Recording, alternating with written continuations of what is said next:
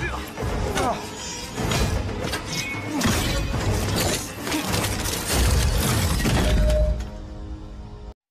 to the M-Stream. Narito na ang Falcon and the Winter Soldier Episode 4 Breakdown. Ating balikan ang isa sa mga nakakagulat na episode na puno ng mga detalye na maaaring hindi mo napansin.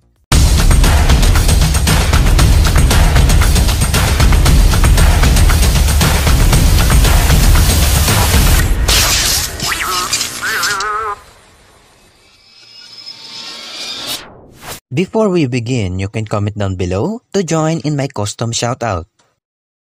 Nagsimula ang episode sa Wakanda at doon natin nalaman kung paano nakontrol at nalagpasan ang sumpa ng Hydra kay Bucky.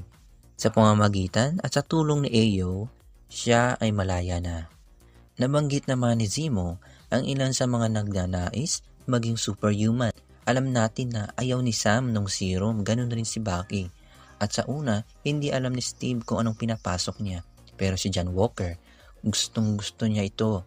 Yun ang problema. Dito rin natin nalaman na planong patayin ng Flag Smasher ang Captain America na si John Walker.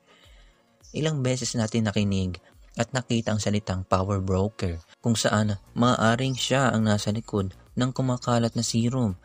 At ngayon pa lang, sinasabi ko sa inyo, huwag kayo ma-attach kay Sharon. Moving on, dito nagharap sila Zemo, Bucky, Sam at Walker. At dito na pinasusuko ni Walker si Zemo pero siningitan ito ng ilang Dora Milaje at pinigilan nila Sam. Doon natin nalaman na kaya pala ni Ayo tagkalin ang braso ni Bucky.